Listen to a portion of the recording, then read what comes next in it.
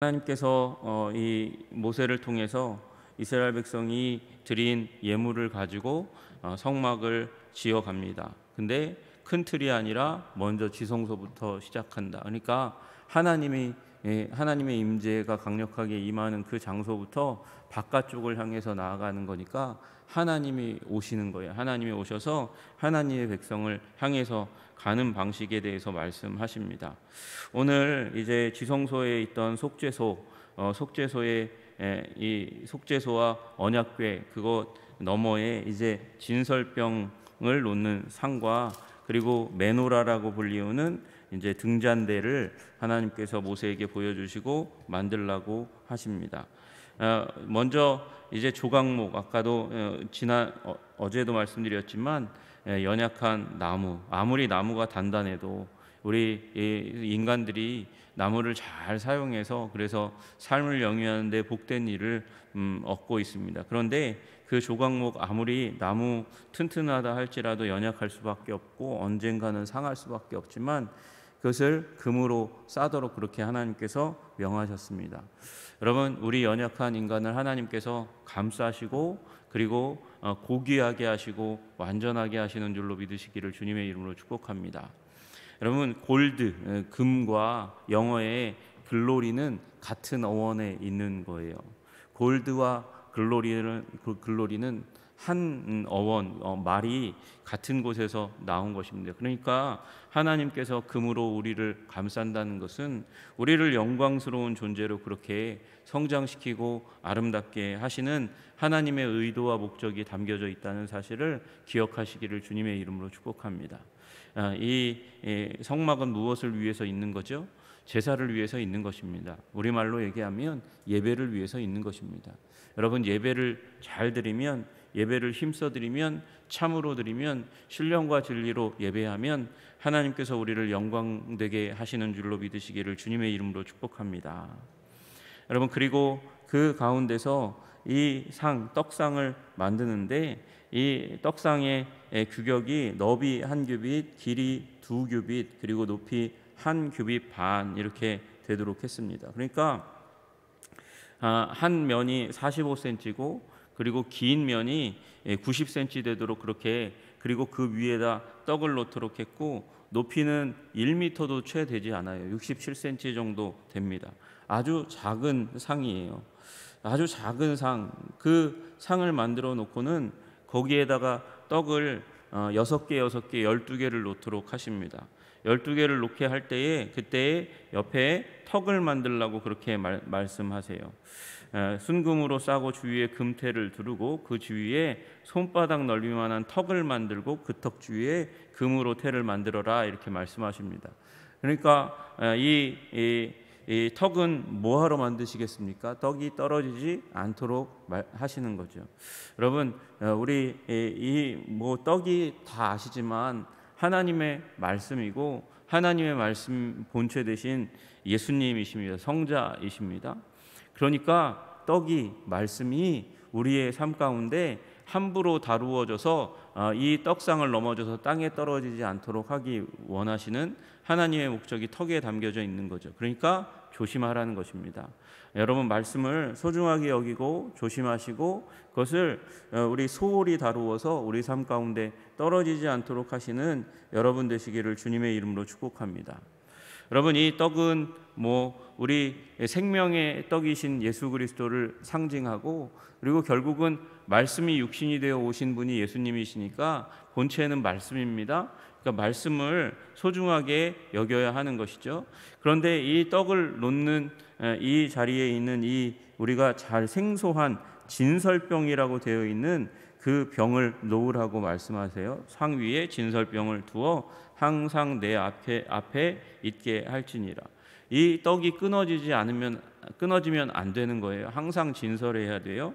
그런데 이 떡이 진설병의 의미가 무엇이냐면 the bread of the presence, 하나님의 임재의 빵이라고 불러요.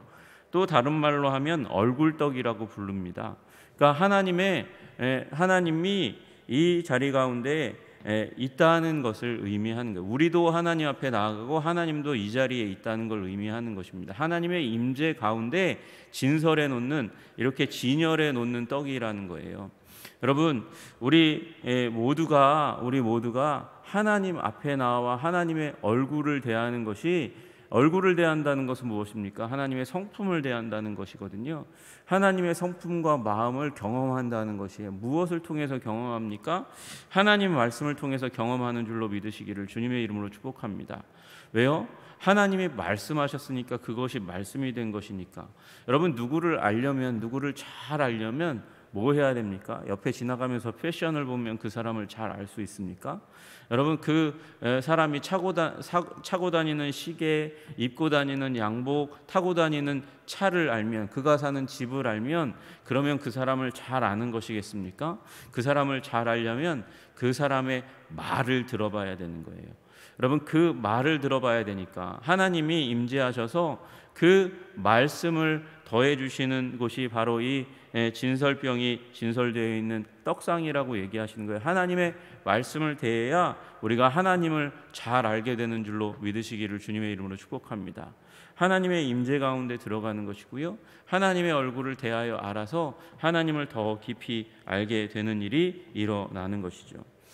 이 상 위에 떡이 12개가 있는데, 이 상 위에 또 있는 게 빵만 놓을 뿐만 아니라 순금 대접이 있습니다. 그리고 숟가락과 그리고 병도, 붓는 잔도 있다고 이야기합니다. 여러분, 이게 왜 있을까요? 하나님이 드시려고 이런 대접도 있고 숟가락도 있고 병도 있고 붓는 잔도 있겠습니까? 이게 있는 목적은요, 제사장이 먹으라고 있는 거거든요. 제사장이 먹으라고 할 때 이걸 그냥 먹으면 목이 맥히고 힘드니까 먹는데, 빵만 먹으라 그러면 그건 형벌이에요. 그러니까요, 거기에 이제 함께 두는 것이 있는 거죠. 여러분, 그래서 이스라엘 백성의 제사장이 이곳에 들어와서 일주일 동안 이렇게 진설해 놓은, 하나님 앞에 놓아둔 떡을 그 다음에 먹습니다. 안식일 날 먹고요, 그리고 안식일 날 새 떡을 갖다 놓는 것입니다.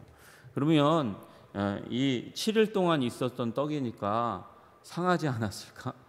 훼손되지 않았을까? 여러분, 거기에 하나님의 지키심이 있는 줄로 믿으시기를 주님의 이름으로 축복합니다. 이스라엘의 전례 가운데 이 진설병 떡을 먹고 배탈 나서 죽었다는 제사장은 아무도 없으니까, 여러분, 하나님 말씀 먹으면 여러분, 하나님의 말씀이 우리를 지키시고 건강하게 하시고 힘있게 하실 줄로 믿으시기를 주님의 이름으로 축복합니다.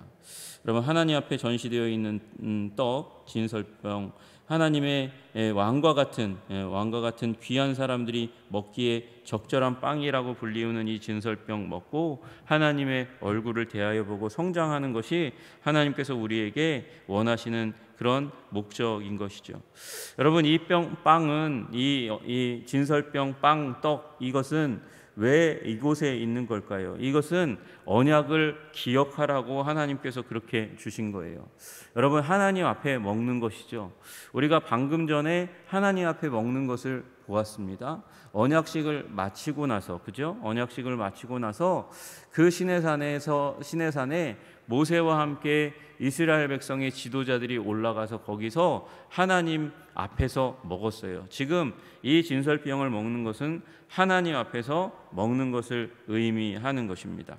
여러분, 그래서 하나님 앞에서 먹으면서 그 언약을 기억하면서 십계명과 이스라엘 백성에 주신 언약에 충성된 백성으로 다시 한번 제사장이 자기 자신을 헌신하는 의미로 이 떡을 먹는 것이죠. 이 떡이 작지가 않아요. 커요. 이 각 빵은 5분의 1 에바로 이렇게 만들어야 된다는 것이니까, 여러분, 한 에바가 보통 35리터거든요. 그 중에 5분의 1이니까 7리터짜리 빵이 하나에 들어가는 거예요. 7리터짜리. 여러분, 그게 7리터짜리가 12개니까 84리터의 곡물로 12개의 빵을 만드니까 웬만한 사람은 다 먹을 수 있는 굉장히 많은 분량의 빵이 일주일 동안 하나님 앞에 진설되었다 먹는 거니까, 이 성막 가운데 제사하는 제사장의 무리가 먹는 거죠. 다 먹어야 돼요. 여러분, 그러니까 하나님께서 우리 이 빵을 먹으면서, 떡을 먹으면서 이스라엘 백성을 다 먹이려는 의도와 목적이 있는 것입니다. 이 언약 가운데 제사장이 다 참여하고 먹은 자들은 그것을 이스라엘 백성들과 함께 그 하나님의 언약을 공유하고 나누어야 하는 것이죠. 여러분, 여기에 제사장은 이 신약 시대에 누구를 의미하는 걸까요? 목사를 의미하고 전도사를 의미하는 것입니까? 그렇다면 여러분은 잘못 알고 있는 것이죠. 여러분은 왕같은 제사장인 줄로 믿으시기를 주님의 이름으로 축복합니다. 진설병을 먹을 만큼 여러분의 신분은 고귀한 하나님에 속한 하나님 왕족입니다. 여러분, 그리고 하나님 앞에서 예배하는 제사장이니까 여러분, 이 떡 말씀을 여러분이 먹으시기를 주님의 이름으로 축복합니다. 먹고 소화하고 말씀의 사람 되시기를 주님의 이름으로 축복합니다. 이 떡을 먹고 하나님의 성품, 하나님의 목적과 비전과 꿈을 깨달아 하시는 여러분 되시기를 주님의 이름으로 축복합니다. 먹고 여러분 풍성하시기를 주님의 이름으로 축복합니다. 먹고 배고프면 안 돼요. 말씀을 드시고 말씀을 먹고 씹고 암송하고 읽고 연구하고, 그래서 여러분의 영이 살찌워져서 여러분의 삶을 통해서 하나님의 말씀의 능력이 나와서 세상 가운데 드러나고 나타나는 위대한 일이 일어나기를 주님의 이름으로 축복합니다. 여러분, 두 번째 이 등잔 때가 있어요. 이 등잔을 보니까 이건 7개의 가지로 만들어져 있고 중간중간에 살구꽃 받침과 꽃의 모양이 나타나 있고 위에 7개의 불이 이렇게 나타나고 있습니다. 여러분, 그리고 이게 무엇으로? 한 달란트로 만들어져야 해요. 한 달란트는 약 35kg 정도 됩니다. 35kg 되는 이 어마어마한 무게를 가지고 있는 이 메노라, 이 등잔대에다가 요 부속되어 있는 도구가 있습니다. 그 불 집게와 불똥그릇도 순금으로 함께 만들어서 이걸 다 함께 합쳐가지고 한 달란트가 되도록 하라고 말씀하셨으니까, 여러분, 한 달란트 안에 요 나머지 부속물까지 만들어야 되니까 이건 다 분리된 게 아니라 하나를 의미하는 거예요. 하나를. 그래서 불을 붙여서 이 밝히는 것도 중요하지만 그곳 가운데 집게와 불똥그릇도 만들어 가지고 거기에 있는 불순물을 제거하는 것도 하나입니다. 그러니까 그것이 불이 무엇을 의미할까요? 성령의 사역입니다. 여러분, 그러면 등잔은 무엇일까요? 등잔은 여러분 교회를 상징하는 것이죠. 교회를 상징하는 것이고, 이 등잔대에 붙어 있는 불은 성령을 의미하는 것입니다. 여러분, 계시록 1장 20절에 보니까 내가 본 것은 내 오른손에 7별의 비밀과 또 7금촛대라. 7별은 7교회의 사자요 7촛대는 7교회니라. 그러니까 촛대는 7개의 교회로 대표되는 교회를 의미하는 것이고요. 또 보좌로부터 번개와 음성과 우레소리가 나고 보좌 앞에 켠 등불 7이 있으니 이는 하나님의 7영이라. 그렇게 되어 있어요. 그러니까 이 등불 7이 있는데 이게 하나님의 7영이다 이렇게 얘기하니까 성령 7영 그렇게 얘기하면 성령이 7영인가? 7개의 영으로 되어 있나? 7이라는 말은 여러분 7이라는 뜻이잖아요. 완전하다는 것을 의미하는 것이에요. 그래서 성령은 완전한 영, 여러분 잡귀신 영이 아니고 성령은 완전하신 영, 성령께서 어디에 임해 계십니까? 교회에 임하셔서 밝히시는 줄로 믿으시기를 주님의 이름으로 축복합니다. 여러분, 그러니까 교회는 언제 성령께서 다스리시고 통치하실 때 빛의 역할을 세상 가운데 감당하는 거예요. 여러분, 우리 이 성막 가운데 유일한 빛의 근원이라고 할 수 있는 것이 이 메노라입니다. 이 등잔이에요. 여러분, 여기서 빛을 비추지 못하면 여러분 성막 가운데 들어가서 제사장들이 어떻게 해요?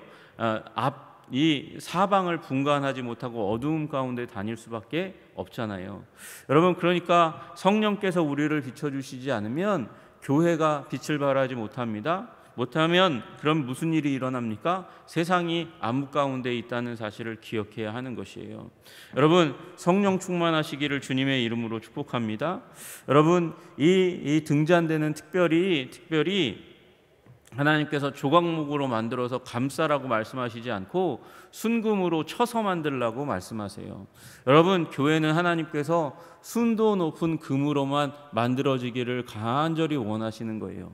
여러분, 그러니까 우리 교회가 순도 높은 금이 되어야 됩니다. 정금이 되어야 됩니다. 죄악이 그 가운데 끼게 되면 그 역할을 다 감당하지 못하는 것이죠. 여러분, 성령 충만하시되 여러분 스스로도 하나님의 놀라우신 역사 가운데 거룩하게 되시기를 주님의 이름으로 축복합니다. 여러분, 정금과 같이 주님 앞에 나아가도록 힘쓰고 애쓰고 몸부림치는 여러분들 다 되시기를 주님의 이름으로 축복합니다. 그런데 여기에 이상하게 우리가 성경에서 잘 알지 못하는 살구꽃이라는 꽃이 나와요. 왜 살구꽃이 나올까요? 여러분, 살구꽃은 이 언어로 치면 살구라고 하는 이 단어와 내가 지킨다는 말과 음이 비슷해요. 이런 음이 비슷한 것을 사용하시는 하나님의 일들이 가끔 나옵니다. 그죠? 나중에 뭐 선지자 이름도 그렇게 나오잖아요. 여러분, 그러니까 이 말은 하나님께서 이스라엘 백성들을 지키시는 하나님, 성령 하나님을 의미하는 것이에요. 나중에 우리가 알게 되지만 여러분, 하나님께서 우리를 빛으로 지켜주시는 줄로 믿으시기를 주님의 이름으로 축복합니다. 지켜주세요. 여러분, 그리고 이 지켜주시는 그 하나님, 우리 하나님 안에서 우리는 생명을 얻는 것입니다. 이 살구꽃은 봄이 되면 이 이스라엘에서 가장 먼저 피는 부활 생명을 의미하는 꽃이에요. 새 생명을 의미하는 꽃이란 말이죠. 여러분, 성령 안에서 우리가 새 생명을 맛보는 줄로 믿으시기를 주님의 이름으로 축복합니다. 여러분, 우리가 추운 그리고 고된 인생길을 살아갑니다. 그 고되고 추운 겨울과 같은 우리 인생길 가운데서 다시 봄이 찾아오면 먼저 생명의 신호를 알리는 살구꽃과 같이 여러분, 우리가 교회가 이 어둡고 춥고 고통스러운 이 세상 가운데서 하나님의 생명력을 힘입어 생명을 드러내는 존재로 주님께서 서기 원하시는 줄로 믿으시기를 주님의 이름으로 축복합니다. 그래서 살구꽃이 이 메노라 등잔대 가운데 곳곳에 계속해서 이제 표현되는 거예요. 여러분, 이 메노라가 무엇을 의미할까요? 이 메노라를 어떤 사람은 그렇게 얘기합니다. 모세에게 나타나셨던 떨기나무의 불꽃, 그 불꽃을 상징하는 것이 이 메노라라고 말씀하는 거예요. 여러분, 제가 한번 출애굽기에 이 떨기나무에 붙은 불의 의미를 말씀드렸잖아요. 여러분, 이 떨기나무는 보잘것없는 그런 나무입니다. 다 사그라져서 순식간에 없어져야만 하는 나무인데 그 나무에 불이 붙었는데 계속 타지 않고 완전히 타지 않고 그대로 있습니다.